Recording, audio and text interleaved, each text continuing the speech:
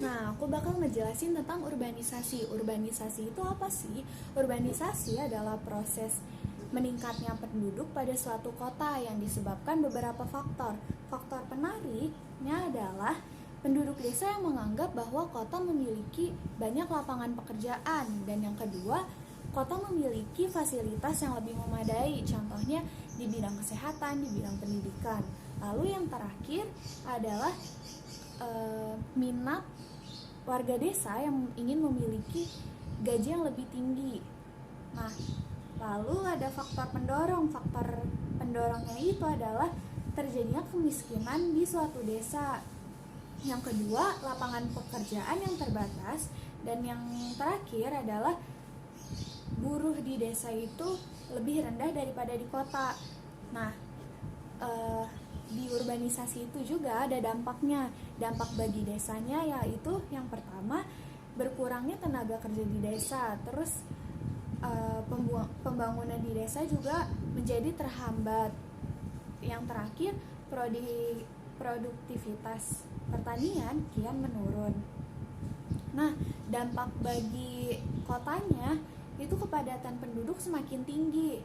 Lalu kurangnya lapangan tenaga kerja karena semakin banyaknya penduduk di kota. Lalu karena itu semua, jadi muncul pengangguran, kriminalitas di mana-mana. Terus bisa memungkinkan muncullah pemukiman yang kumuh. Terima kasih. Assalamualaikum warahmatullahi wabarakatuh. Nama saya Azmi Syafira. Di sini saya akan menjelaskan tentang materi evolusi. Materi evolusi ini adalah perubahan secara perlahan-lahan dan bertahap dengan waktu yang sangat lama. Evolusi ini menghasilkan perubahan bentuk yang lebih baik atau juga yang lebih kompleks. Faktor pendukung dari evolusi ini adalah adanya variasi genetik dan juga adanya seleksi alam. Variasi genetik pada dasarnya terjadi karena adanya mutasi gen, adanya rekombinasi gen, adanya hanyutan gen, dan juga adanya aliran gen. Akibat dari evolusi ini memengaruhi setiap aspek dari bentuk dan juga perilaku organisme. Yang paling terlihat adalah adaptasi perilaku dan fisik yang diakibatkan oleh seleksi alam. Ada dampak positif dari evolusi, yaitu adanya spesies baru yang muncul dan lebih kompleks dan bervariasi, dan dampak negatifnya adalah sulit ditemukannya spesies yang terdahulu dan menyebabkan spesies yang terdahulu menjadi kepunahan karena adanya evolusi ini. Sekian dari saya. Wassalamualaikum warahmatullahi wabarakatuh. Halo, jadi di sini aku mau ngejelasin tentang revolusi. Nah, revolusi itu apa sih? Revolusi ini adalah perubahan sosial dan kebudayaan yang berlangsung secara cepat dan menyangkut dasar atau pokok-pokok kehidupan masyarakat. Nah, contoh dari revolusi ini apa aja sih? Simak ya. Nah, jadi contoh dari revolusi ini adalah kegiatan penggusuran yang diterapkan oleh pemerintah terhadap kawasan kumuh. Terima kasih. Nah, di sini saya akan menjelaskan apa itu antar golongan. Nah, yang dimaksud antar golongan itu apa sih?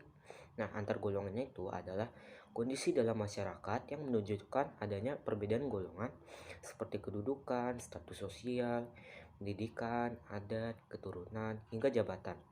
Menurut pasal 163 Indische Staatsregeling, penduduk Indonesia dibagi menjadi 3 golongan besar, yaitu golongan Eropa, golongan Timur Asing, Tionghoa, bukan Tionghoa, dan golongan Bumi Putra.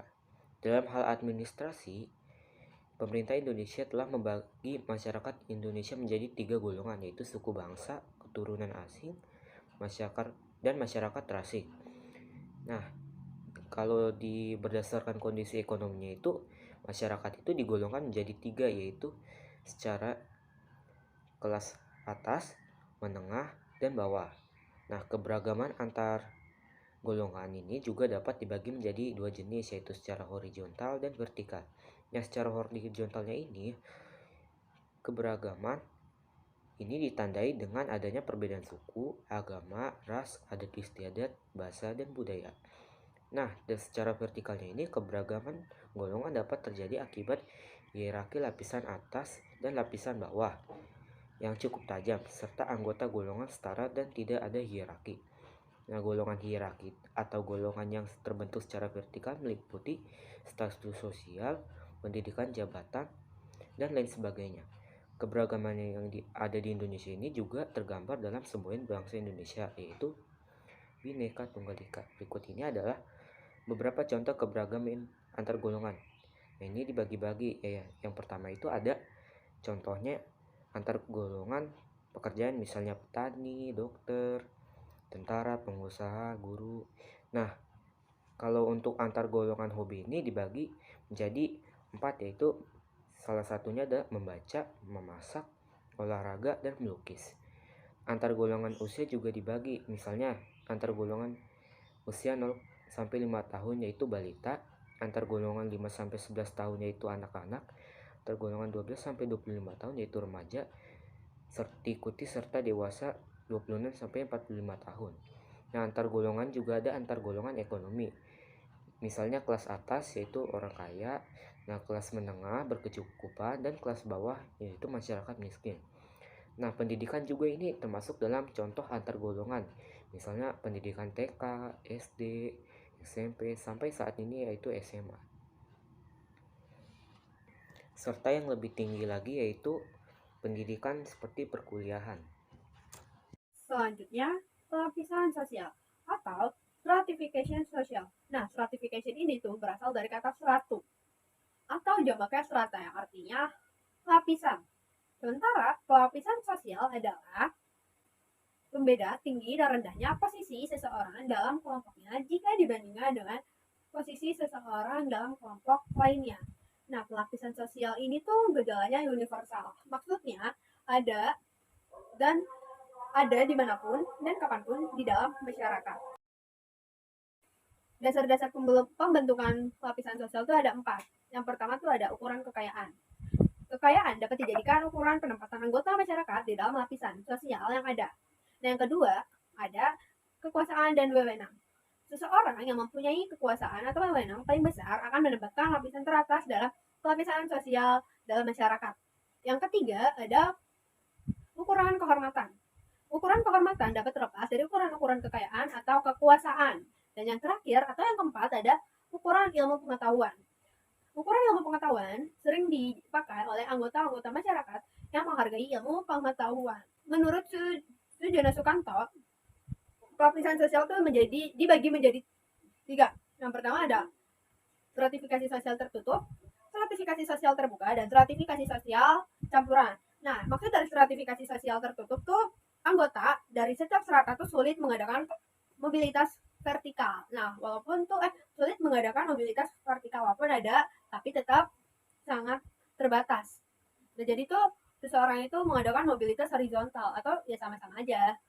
Contohnya tuh rasisme. Orang yang kulit putih tuh dianggap nggak pantas gitu loh sama yang kulit. Maksudnya orang yang kulit hitam tuh dianggap posisinya rendah dibandingkan sama orang yang kulit putih. Nah, yang kedua tuh ada stratifikasi sosial terbuka. Nah, kalau stratifikasi sosial terbuka ini, seseorang tuh bisa mobilitasnya tuh vertikal.